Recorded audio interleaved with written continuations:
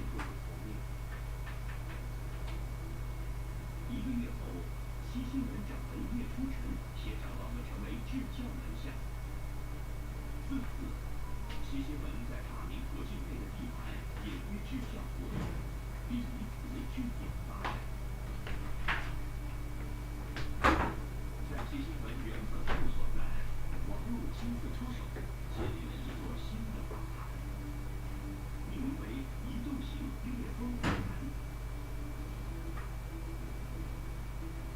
2处法坛同时提供资源，使得至教的发展速度进一步加快。每当此时，也不成和现实的所有的交涉都能够顺利。味真好吃啊！100万倍至今，仅仅半年的时间，教徒的人数却连大明国政府也无法，其影响力之大。这大半年一直在搞这些工作，我的修为已经懂得了。第6天了，这件事呢，非你不可。对你来说的确有点难。当次兄，做什么呢？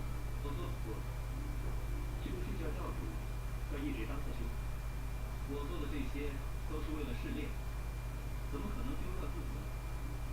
而是修行，说的是。可是支教怎么办？要交上面报告吗？拜托，怎么可能？长老们知道了会杀了我。不，为什么？要说为什么？因为那可是觉醒行为。无情先王中夫妇搞这太多点吗？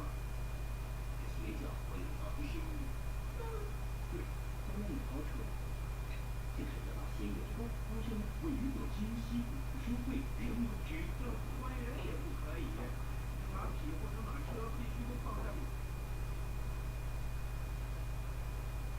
殿下，我说你，算了，皇太子，请允许我是副使，我是。为什么？不怎么来。那你是来我？对，你的长子也是祖先。等到什么岁数？是这么做。身份证，不忙。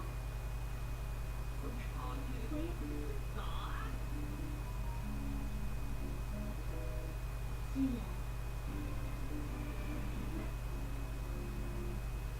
在帮所有外出历练的修士们课题。这咋在这？长官，要是问到制教的诚意经过，在这里算。小心，真的得到了大名。我也离开一下。没想到，真的得到了。光明府应该早就知道我们使用前人的血脉。由于双方利益一致，这也罢了。对，和谈判，保充分利用了文化，尽量的个人，所以才能够达到大名府。但是，王老师这叫教主，你不冷逼。那好意我心里坦然。老夫有事说。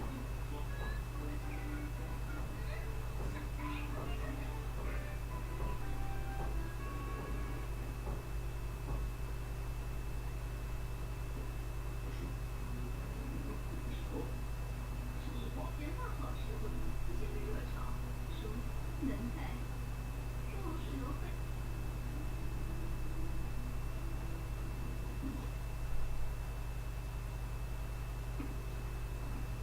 让你来这儿的目的，也在大明国土一时的报复谢将，请示国明察。有，这次的历练，并没有规定我社会机密海信。是的，无效逢凶，请您安心。信会财，在此。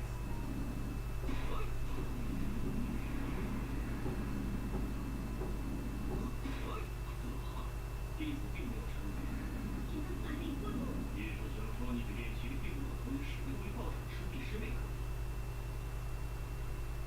弟子问起，到底是否是自我膨胀，以仪式领赏，请自我介绍。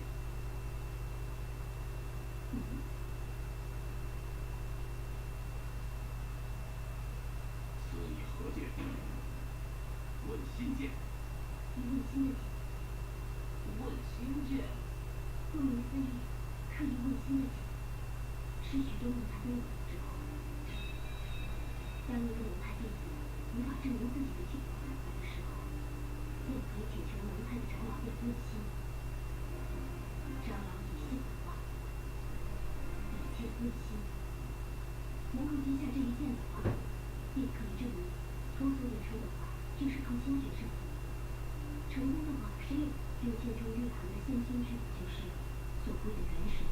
直接拷问其最本质的人问是否心中直过来时，便只是一阵薄命微风，本人丝毫就会直破元首。修心之路，一直到此。因为修为多少来抵消太不合规矩，确实完全有可能为。而自荐的一方，你说门派没有入念的也不可以。哪怕经历神的消息。一般附在子父心中的一之力，还在这中光之时的王路师兄来说，这么做几乎就等于你再不喝酒，弟子不敢。到遗憾，在3天之后，僧权皆将为其借。你这是想拖延，并非拖延时。在这3天期间，你们大可以在此。好吧，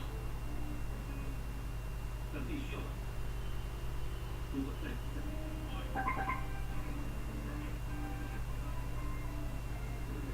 先见到3天，被人就众志成城，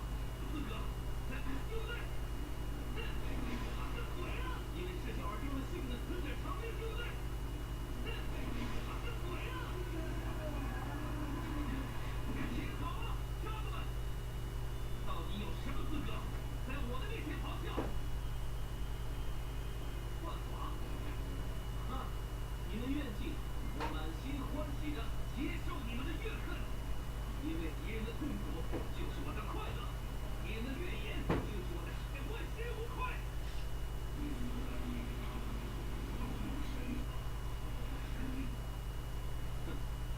你们想吗？对你们我坦然，真正的战士，应该的怨恨，从地狱上来，就不配成为战士。放弃了对敌人的怨恨，转为悔恨，不配享有我至孝的成就。对于堕落者的死，我不屑一顾。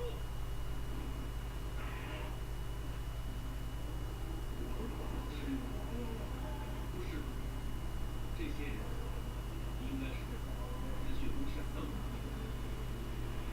这些都是我的。对于你们，只有冷漠的鄙夷。进一步的可能，要知道，是我赐予了你们这回九州大陆飞升的起步的可能，是我让你们从蝼蚁升华为九州大陆飞升的弟子们手中。何况前人燃血功从未强行推广，决定选在你们想成为人们心目中的英雄，因为哪怕只有一瞬间，你们也想成功，失败了就来怨恨我。你们就是一群忘。有意思，没有意思。我肯去国力，但能在问津见的考验中诉之于口，我是挺有意思的。他说的是真心话，所以哪怕面对失利，如果是以寻常人的可能说明，那么师弟的看法也许是正确的。常人的标准判断，那么师弟的看法也许是正确的。难道不是吗？你可别忘了，王路再怎么说也是率领至教的一教之主。俗话说，子不长兵。要是王路没有这般扭曲的心境，他该如何去率领手下的民众？也许他是王如清，如果没有单纯因为慈悲就成功的领导者。确实，虽然王路已经龙的意思是，接下来，问心剑，问是道心，是修仙史第3000，但任何一种都有其追求至又自以为是的价值观来理解，这完全符合心剑会进一步包裹的轻而易举。个人构筑起来的理论武装或者轻而易举断言自己是无尽无够的境界，除非人生的要命。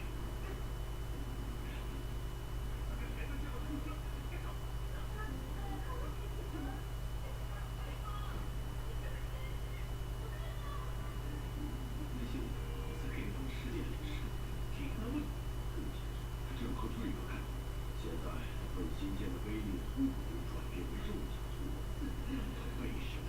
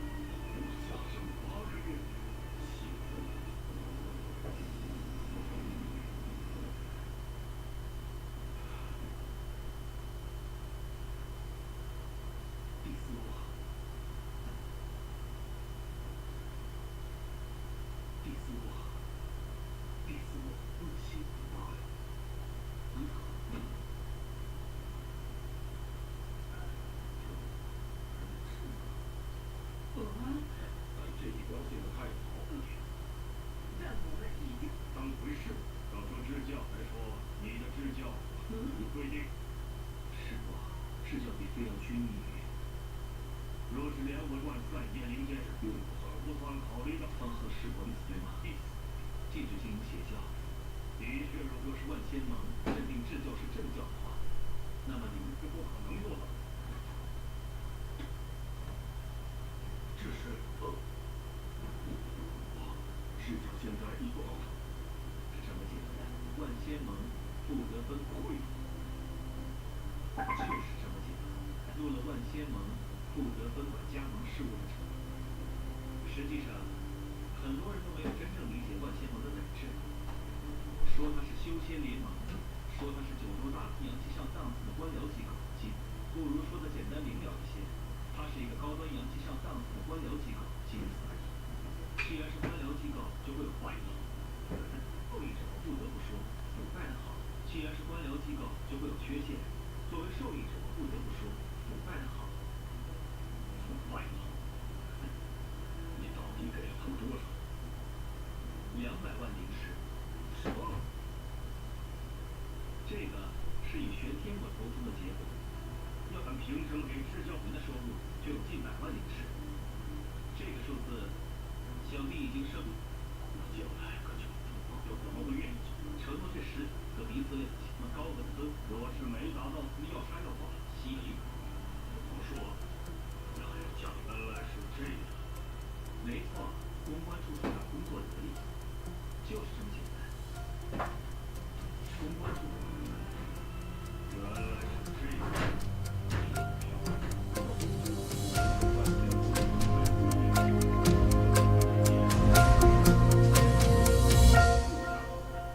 既然你这里保有着我还有一事。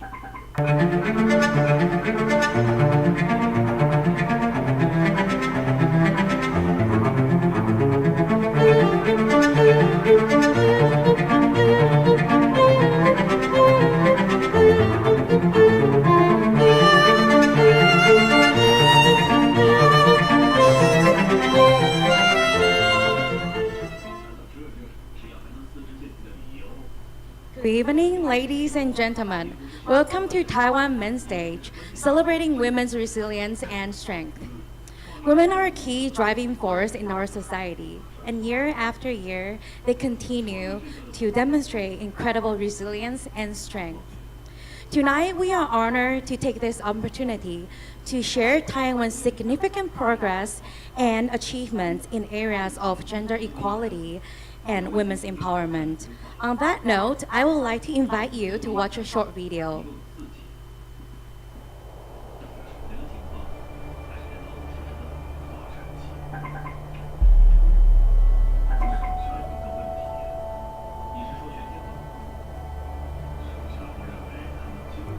The island has always nurtured your growth, lighting the way for the journey ahead. Walking with you in search of life's true path.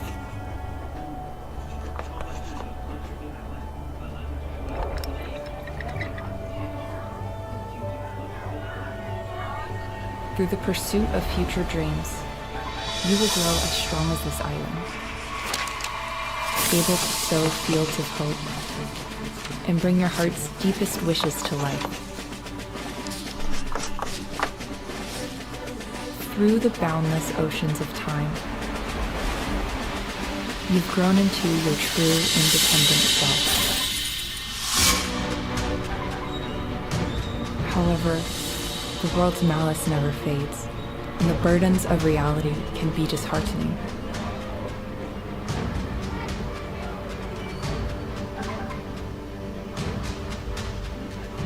The island will shield you from the storm. A quiet harbor where you can anchor and find peace. A strong body and a resilient spirit grant you the power to face anything. Shine in every corner that calls for you. Share your journey with the world and grow as one. Lead the island into the future, bringing to life the dream of an inclusive and diverse society. It is you, with those by your side, who have shaped this wonderful place, the island of beauty, the dancing ocean.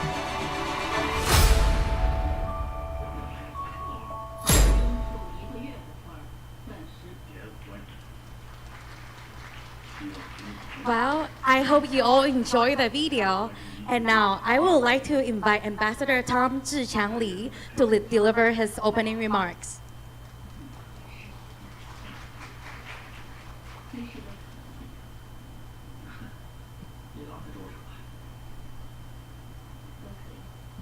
Honorable Deputy Prime Minister Dada of the Kingdom of Eswatini, Minister Gaspar Jr. from the Marshall Islands, Minister Figueredo from Paraguay, Minister Philip from St. Kitts and Nevis, Minister Peters from St. Vincent and the Grenadines, Madame Baptiste, member of the French National Assembly, Honorable Raquel, indigenous congresswoman from Guatemala, Prime Minister Special Envoy Lafay from Tuvalu, former U.S. Ambassador at Large Kerry Curry, Ambassador at Large Bo-Jun Sophia Liu from Taiwan, Ms. Jiahui Lu, Chairwoman of E-Grade Cultural and Educational Foundation, Taiwan, Excellency Ambassadors, NGO representatives from Taiwan and around the world, distinguished guests, ladies and gentlemen, good evening. Thank you all for being here. It's a great honor to host this event, Taiwan Main Stage, celebrating women's resilience and progress, alongside CSW 69. In celebration of International Women's Day 2025, the UN Secretary General Antonio Guterres announced the Gender Equality Clarion Call last week. The call marks the new UN commitment towards defending and advancing the rights of all women and girls. Despite past efforts, we must do more. Taiwan has worked tirelessly in advancing women's empowerment. It ranks as first in Asia and sixth globally in gender equality in both the UNDP and the OECD Gender Index. Women account for over 40% of our parliament, and we have elected both a female president and a vice president more than once. Yet, it's far from enough. Gender equality is a fundamental right, and we must leave no one behind. Working together across the globe, we must redouble our effort in pursuing true gender equality. Tonight, we are proud to have NGO representatives from Taiwan and around the world join us to share the progress that has been made and the challenges we still must overcome. We welcome and thank you for your tireless efforts. Additionally, an outstanding pianist and composer from Taiwan, Ms. Jiahui Lu, is here to present us with a stunning multimedia piano performance tonight. The mixed performance of art and visual technology in her works symbolize the vibrant creativity of female leadership. After the performance, we invite you to join us on the second floor for the exhibition of evolving gender equality, highlighting the historical progress of gender mainstreaming in Taiwan. Last, I'm pleased to inform you, we are honored to have a distinguished speaker, our former President, Her Excellency Tsai Ing-wen, join us tonight. She will speak on this topic through pre-recorded video right after me. Once again, thank you for sharing this evening with us. Let's have a round of applause for Her Excellency President Tsai Ing-wen. Thank you.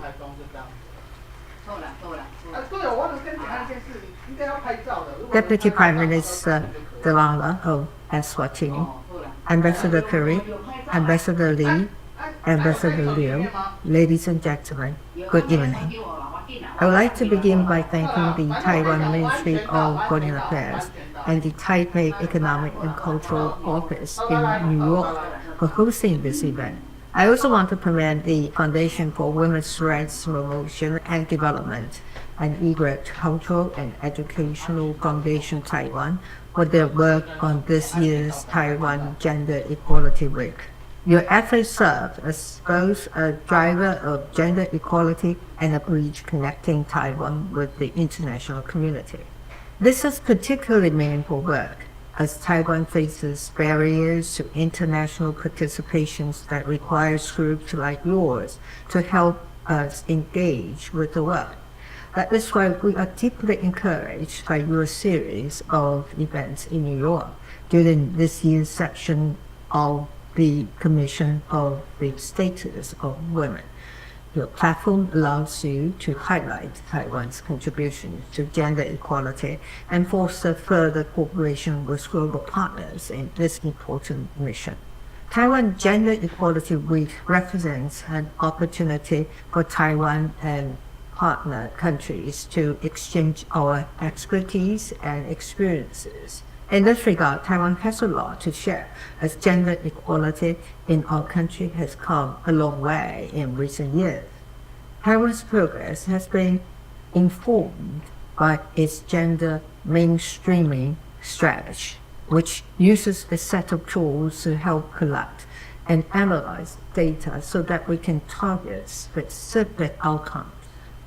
In collaboration with grassroots women's movements, these tools have been used to expand and expedite gender equality goals. As a result, we have seen a significant rise in the number of women in important leadership positions. For example, the proportion of women in our national legislature reached 30% in 2012 before surpassing 40% in 2020. I believe that this increase in women's public participation reflects Taiwan society's acknowledgement of the fact that women leaders can be just as, if not more, successful than men. This represents just one example of how Taiwan has been pursuing the UN Sustainable Development Goals, despite its exclusion from major international organizations. Here, I want to reiterate that we are deeply committed to fostering a more gender equal society. That is because we believe in the simple fact that everyone is equal, regardless of their gender. And we also know that our country and government both benefit when no talent is excluded because of their gender. Taiwan is now a leader in this area. It ranks 6th globally and 1st in Asia in the OECD Social Institutions and Gender Index, highlighting the level of freedom and equality women in Taiwan have achieved. Perhaps Taiwan's best-known effort towards eliminating discrimination is the legalization of same-sex marriage in 2019. But I want to remind you that this did not come without its challenges, as different segments of society had very different perspectives on this issue. It took inclusive conversations with those both opposed to and in favor of legislation to reach a point that was broadly acceptable to our society. In this, young people play a crucial role as they engage with their elders to dispel any misconceptions or concerns, advancing the conversation and fostering goodwill. I cite this example to encourage everyone in their efforts towards more gender equal and less discriminatory societies, because it highlights the importance of communication in making headways on difficult issues. I also want to note that while this has garnered much international attention for Taiwan, we are still working to achieve greater equality or marginalized groups. To identify where we can further improve, the government brought together NGOs and academics to conduct a large-scale survey in Taiwan. This will help in formulating measures towards a more equal society. While all this progress should be celebrated, there is much more work that needs to be done. Today, I want to share with you a few areas in which Taiwan is still striving to deepen gender equality, as well as how we plan to address them going forward. The first is how to better include women in the workforce. In recent years, Taiwan has experienced a gradual growth in the women's labor force participation rate, even during the COVID-19 pandemic. Yet, in our best-known industry, that is science and technology, women's salaries are on average 20% lower than men. Taiwan's measures to address this include reducing gender segregation in higher education so that women in science and technology becomes the norm. We are also promoting more inclusive working environments that better account for women's vital contributions to this and other sectors. In addition, to address the lack of representation of women in executive positions and the boardroom, Taiwan is developing assessment and reward mechanisms that help businesses achieve a more gender equal makeup of decision makers. However, the work of many women, although essential, is not accounted for in labor statistics, which do not include their contributions through unpaid domestic work. With Taiwan's aging population, families today face growing pressure to take care of the elderly and the children concurrently, and this burden often falls disproportionately on women. There is a clear need to offer financial security and workplace guarantees to women with domestic responsibilities. To increase their financial security, Taiwan has National Pension Insurance Fund that requires spouses to be jointly responsible for payment of premiums. This means women engaged in unpaid domestic work have basic retirement security, and to allow workers more time to care for family members, Taiwan has increased parental leave benefits and is promoting flexible parental leave policies. We hope that these policies spread and lighten the burden of domestic work while making workplaces more gender-friendly.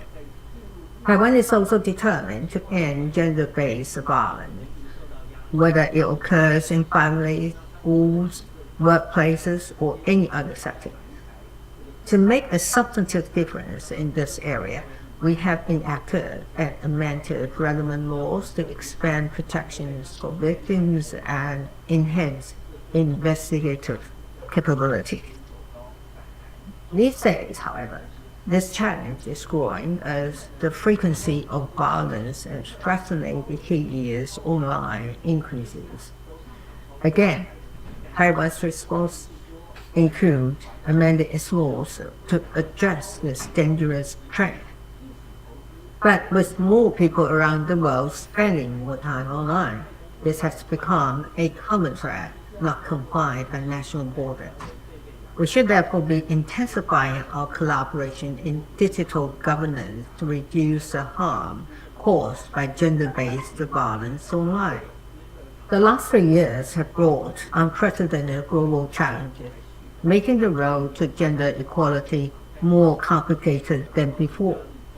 Despite this, I believe that by collaborating with international partners and standing firm by our values, we can consolidate our progress and find solutions to the issues that remain in our way.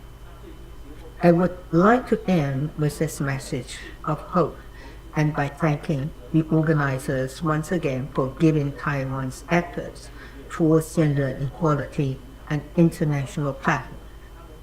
I wish you all a successful Taiwan Gender Equality Week with constructive outcomes. Thank you.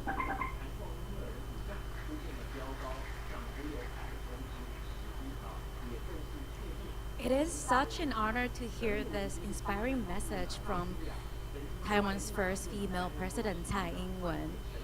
Today, we are also really honored to have so many good friends and allies gathered here, coming together to champion women's resilience and progress. Now, please join me in welcoming Honorable Tulisili Daga, Deputy Prime Minister of the Kingdom of Eswatini, to say a few words.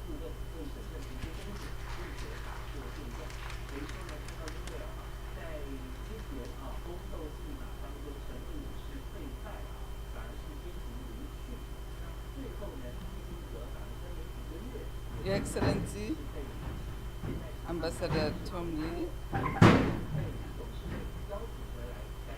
Your Excellencies, the Honorable Ministers present here today,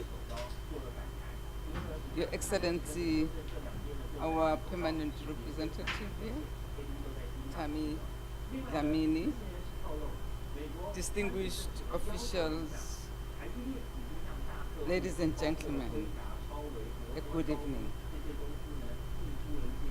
Your Excellency, Excellencies, it is an honor to once again join the Republic of China, Taiwan, here in New York to celebrate Taiwan's remarkable progress in gender equality.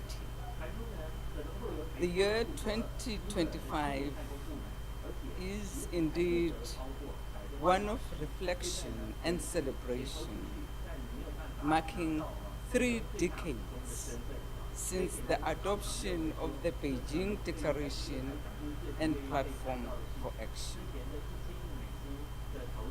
Excellencies, allow me to begin by acknowledging the profound impact of the Beijing Declaration and Platform for Action, which laid a strong foundation for advancing women's rights.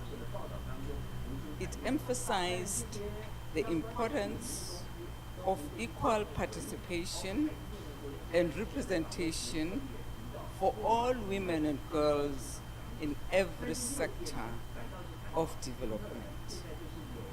While we acknowledge the challenges that remain, we must view them as opportunities for further progress rather than setbacks.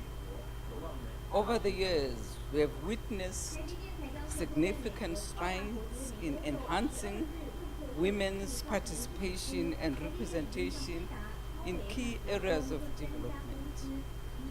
While much remains to be done, the increasing visibility of women in leadership, in education, in healthcare, in economic empowerment, you name it, is a testament to the transformative impact of this global agenda. I'm now going to speak to Eswatini's partnership with Taiwan on gender equality. This evening, Eswatini proudly joins Taiwan in celebrating its gender equality achievements within the framework of the 69th session of the Commission on the Status of Women.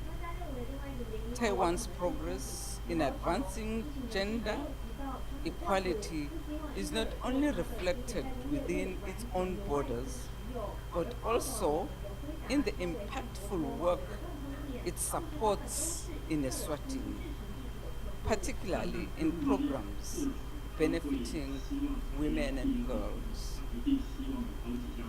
We've got one program that we've just recently introduced called Asibambaneni Singumdeni.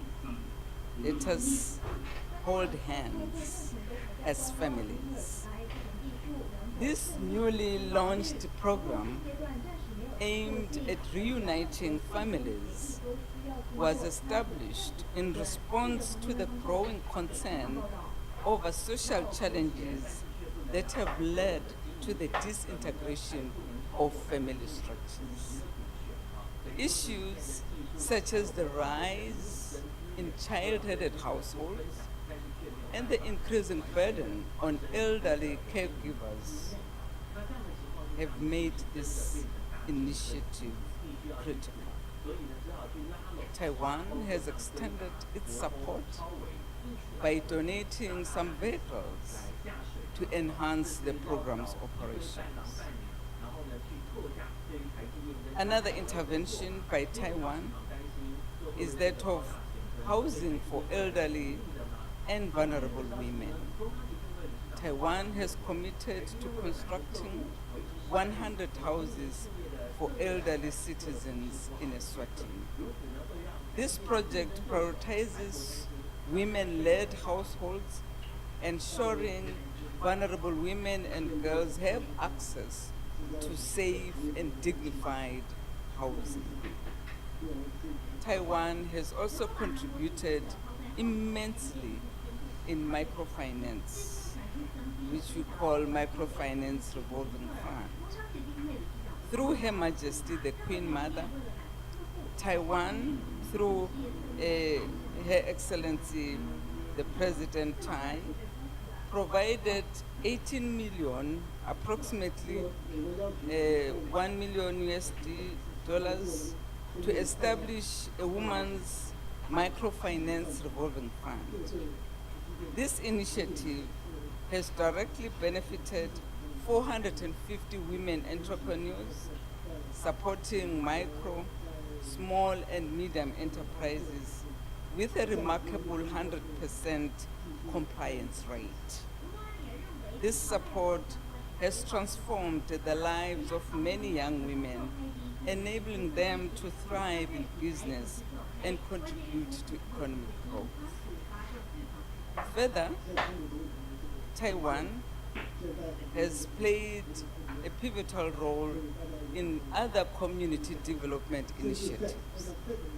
More than 6,000 women, youth across Eswatini's 59 constituencies have benefited from Taiwan-supported programs, including climate-smart agricultural training, women's economic empowerment schemes, healthcare and nutrition support. As if that was not enough, on education and scholarships, Taiwan continues to offer scholarships to students from Eswatini, including our many young women. This initiative enhances access to higher education, equipping women and girls with skills and qualifications to enter diverse fields, including STEM professions. Electrification and economic empowerment. Taiwan's partnership in electrification efforts has contributed to 88% nationwide electrification in Eswatini. Actually, was second after Morocco in Africa when it comes to electrification. And of course, Taiwan played again a major role in ensuring that this initiative achieves 88%. We could be at 90 as I speak. This has empowered women-led businesses and households, enabling them to flourish in an environment with improved access to energy. Your Excellency, Eswatini expresses its deep appreciation to the Republic of China, Taiwan, for its unwavering support in uplifting women and girls. Our long-standing bilateral ties, which will be turning 57 this year, have played a significant role in advancing gender equality, fostering a more inclusive and just society. As we reflect on the progress achieved since the Beijing Declaration, we must recognize that the journey toward full gender equality is far from complete. The world has evolved over the past 3 decades, bringing new challenges such as the digital gender divide, the impact of climate change on women, the rise of gender-based violence. These emerging issues call for innovative solutions and renewed commitments. As we celebrate the strides made, we must reaffirm that gender equality is not just a woman's issue, it is a human rights imperative. Achieving gender equality is essential for peace, for prosperity, and sustainable development. It benefits societies, it benefits economies, and it benefits individuals alike. Together, let us remain steadfast in our commitment to a future where every woman and girl has equal opportunities to thrive. I thank you very much for listening.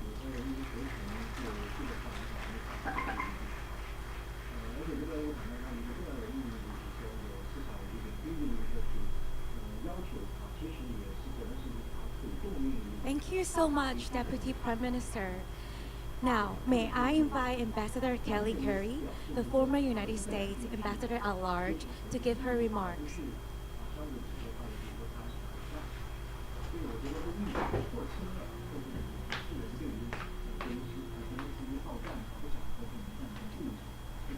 Your Excellencies, it's wonderful to be back here in New York, having served at the U.S. mission here. It is really a great week here.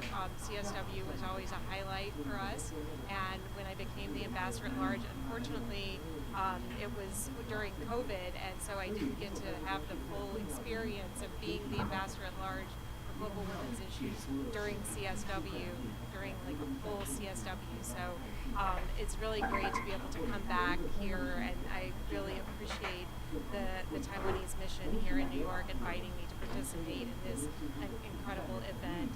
And it's great to see so many people show up for Taiwan and show up to learn about and hear about the incredible things that Taiwan is doing in the area of gender equality and women's equality. When I served in the U.S. government, including when I was as Ambassador at Large for global women's issues, I saw firsthand how the United States and Taiwan work together to advance our relationship, including through cooperation on women's participation in all phases of society. We worked together abroad, outside of our countries, and we worked together on issues internally, whether it was helping to encourage greater participation of women in the armed forces in Taiwan, or helping to encourage women in STEM in the United States and learning from Taiwan there. It was a really great partnership, and it continues to this day. I was just recently in Taiwan for the Halifax Security Forum in Taipei last month, and it was really wonderful to see my dear friends such as former President Tsai, who you heard from today, and my friend Vice President Xiaobi Kim, two of the most remarkable examples of women leaders, and they are really the exemplars of Taiwan's transformation. It's remarkable transformation into the freest, most equitable country in the region, in the Indo-Pacific, and one of the freest in the world. I always love being able to go to Taiwan and see what an incredible, vibrant democracy, what an incredibly vibrant society, technologically advanced, taking care of the community. It is taking care of the environment. It is a really shining example for all of us, and we all have a lot to learn from Taiwan. It was also really wonderful while I was there to catch up with my dear friend Audrey Tang, who is Taiwan's first digital ambassador, a position that I don't know exists for any other country, but Audrey is leading the way in this regard after serving as the Minister for Digital Affairs and now becoming Taiwan's digital ambassador out in the world, and helping others to learn about Taiwan's example of how they handle everything from hateful content and misinformation and disinformation and propaganda attacks that Taiwan is constantly suffering from, is constantly being targeted by malign actors who are trying to shape the information space. And Audrey and her team at the ministry and now as an ambassador are showing that there's a way to combat this kind of adverse propaganda and these influence operations, not through censorship, but through more information and through open architectures and freedom. It's a really remarkable example for the rest of us that we can follow. These and other friends from Taiwan have really come for me to exemplify the resilience of this amazing country and its society.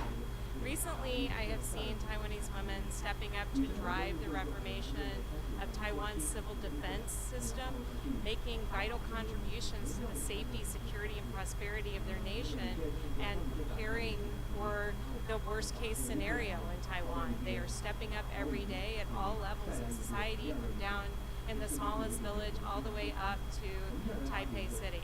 And it is really remarkable to see how they are contributing from all age groups too. You have the grannies out there getting involved in civil defense and the young women out there working on cyber resilience. It is extraordinary to see how this society is coming together to defend itself from both the current threats that it faces as well as potential future ones. So I am really proud to stand with Taiwan, to stand here today and to stand with Taiwan, celebrate our friendship that is built on enduring shared values, including efforts to promote women's empowerment. And whether it's in the economic field through wonderful programs like GCTF that the United States and Taiwan work together in other partner countries, or in the emerging digital economy where Taiwan is such a leader, there should be no limit to these opportunities for cooperation. I hope these efforts will continue to grow and expand in the coming years, and that we will continue to see Taiwan's extraordinary leadership on these issues. It provides a remarkable example for the international community that they should take note of and learn from. The incredible and powerful example that Taiwan sets is yet another reason that it should be given a greater role in international institutions. I think we can all agree to that. So I want to thank our host tonight and thank you for giving me the opportunity to speak with you. And I very proudly say that I am on Team Taiwan and I look forward to many more celebrations here. Thank you.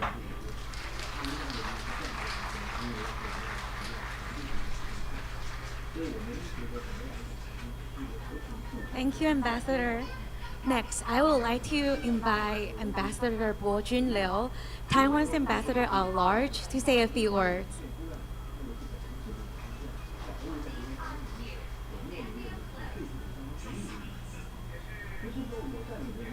Distinguished guests and ladies and gentlemen, good evening. It means a lot for me to be able to return to New York as ambassador at large. I'm grateful that I was born in Taiwan, where basketball is the national sport. Women and girls can discover our potential and drives. I was known to be the first female baseball umpire in Taiwan. What that really meant to me was the responsibility to help more women and girls succeed on the baseball field. I take this moment to thank the AIT for identifying and nominating me to participate in the State Department's Global Sport Mentoring Program, as known as GSMP, in 2017.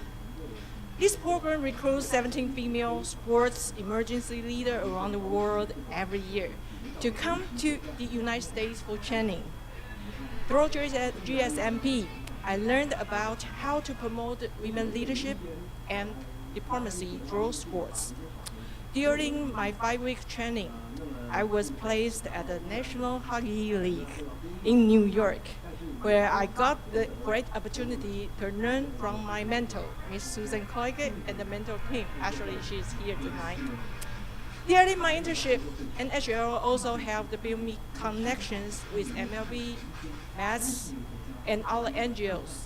So I can say that I was born in Taiwan and also met in USA, specifically in New York. Thank you. So after returning from the training program, I embarked on the journey to support women and girls by organization various empowerment activities and advocating for policy initiatives. With the continued assistance of AIT, I later received the Women and Sport World Trophy awarded by the International Olympic Committee and the UN Women in New York in 2019. Yes, it is in this great city again, and actually just several blocks away. So since Taiwan have long been diplomatically isolated, I could finally enter the building with my Taiwan passport for what we did to support women. In an interview conducted by UN media, I mentioned that we Taiwanese people are hardworking and kind. We will contribute and donation and supplies wherever there is a need. So why do you ignore us? Please send us return to the international society. We Taiwanese, we can contribute to the world even much more. Unfortunately, Taiwanese people were still not allowed to enter the UN in that past 6 years. I mean, we are not even allowed to enter the building. After I received the World Trophy, award by the UN, I was also invited to join the UN's Global Sport Program Work Team.